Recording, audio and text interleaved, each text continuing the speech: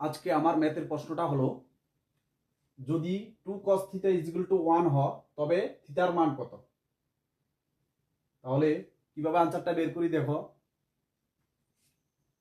যেহেতু 2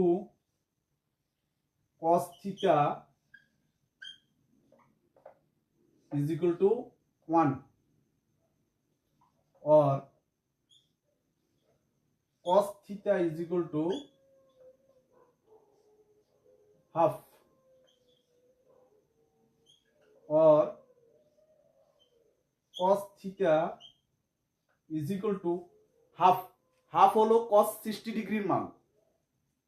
তাহলে হাফের জায়গাতে আমরা লিখছি cos 60 ডিগ্রি। সুতরাং উভয় দিকে cos উঠিয়ে নিব এখন।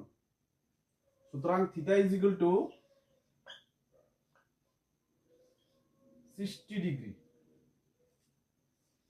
তাহলে आंसर বের হয়ে গেল theta is equal to 60 degree. Option C correct answer.